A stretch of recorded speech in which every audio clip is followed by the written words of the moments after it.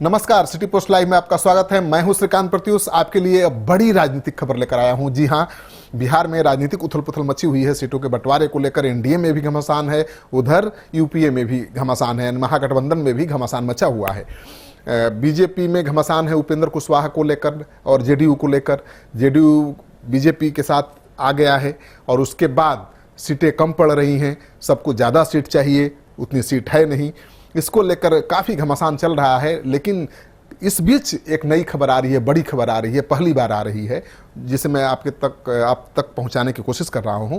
उपेंद्र कुशवाहा के खीर वाले बयान के बाद बिहार की राजनीति गर्मा गई थी, ये आपको भी पता है, लेकिन अचानक सब कुछ शांत हो गया है। इसका मतलब क्या है, आप सोच रहे होंगे। राजनीतिक हलकों में चर्चा ये है कि तूफान से पहले की शांति है ये, यानी बहुत जल्द बिहार की राजनीति में एक बड़ा भूचाल आने वाला है। सूत्रों के हवाले से जो खबर आ रही है उपेंद्र कुशवाहा के बारे में, वह सबको चौंका देने वाली है।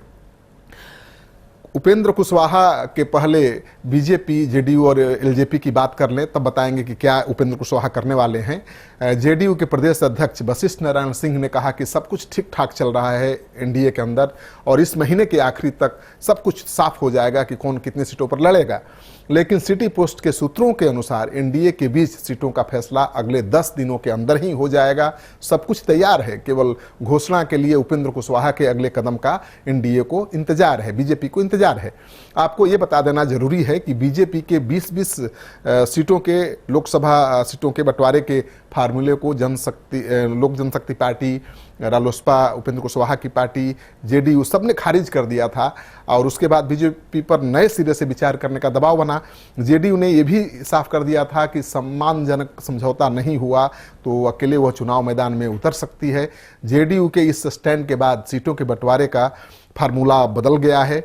इस फार्मूला के हिसाब से एनडीए में रालोसपा के लिए शायद कोई जगह नहीं है, जो सूत्र कह रहे हैं। सिटी पोस्ट के जो दिल्ली दफ्तर के सूत्र हैं उनके अनुसार एक तरफ जेडीयू 40 सीटों पर चुनाव की तैयारी में जुटा है, वहीं उपेंद्र कुशवाहा शरद यादव के साथ मिलकर अपनी खीर पकाने में जुट गए हैं। खीर का बयान देकर उन्होंने जो बवाल मचाया था बिहार के सियासी गलियारे में, उसके बाद फिर शांति हो गई थी, लेकिन ये शांति बिहार में हो गई है। दिल्ली में उथल पुथल मचा हुआ है। उपेंद्र कुशवाहा शरद यादव के साथ मिलकर अपनी खीर को पकाने में लगे हुए हैं।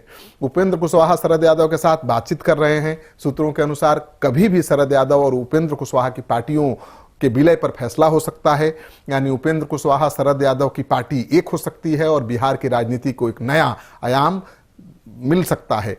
जो हमारे सूत्र हैं उनके हवाले से जो खबर आ रही है दिल्ली से, शरद यादव के साथ उपेंद्र कुशवाहा की कई दफ़े बातचीत हो चुकी है। अगले 10 दिनों के अंदर रिजल्ट निकल जाएगा। शरद यादव और उपेंद्र कुशवाहा एक होने के बाद महागठबंधन के साथ चुनावी तालमेल भी करेंगे। शरद यादव तो मधेपुरा से चुनाव लड़ेंगे, उपेंद्र कुशवाहा जहां से लड़ते हैं वहीं से लड़ेंगे। शरद यादव की पार्टी में उपेंद्र कुशवाहा का दूसरा स्थान होगा। नए समीकरण की भनक बीजेपी को भी है, ऐसी बात नहीं है कि बीजेपी को भनक नहीं है, लेकिन ये खबर सार्वजनिक नहीं हुई है, पहली बार मैं आपको बता रहा हूं, जो सूत्रों को हवाले से आ रही है। बीजेपी अब माइनस कुशवाहा सीटों के बंटवारे के फार्मूला पर काम कर रही है और 16 सितंबर को जेडीयू की कार्यकारिणी की बैठक है, जिसमें खुद नीतीश कुमार शामिल होंगे।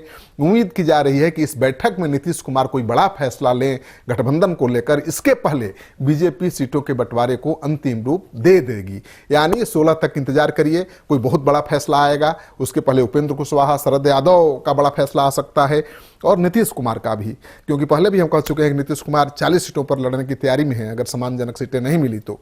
लेकिन अब लगता है कि वो मसला सुलझने वाला है। उपेंद्र कुशवाहा खुद बाहर जाने वाले हैं और नीतीश कुमार, बीजेपी, रामविलास पासवान के बीच जो तनातनी चल रहा था सीटों के बंटवारे को लेकर, वो खत्म होने वाला है। आपको हमारी ये खबर कैसी लगी? अपने दोस्तों को साथ शेयर करिए से अच्छा लगे तो, और हमारे YouTube चैनल को सब्सक्राइब करिए। हम कोशिश करते रहेंगे कि राजनीतिक गलियारे से जो भी अपडेट्स हैं आपको समय समय से पहुंचाते रहें। आप बेल आइकन को दबाना ना भूलें, तभी आपको अपडेट्स मिलेंगे। नमस्कार।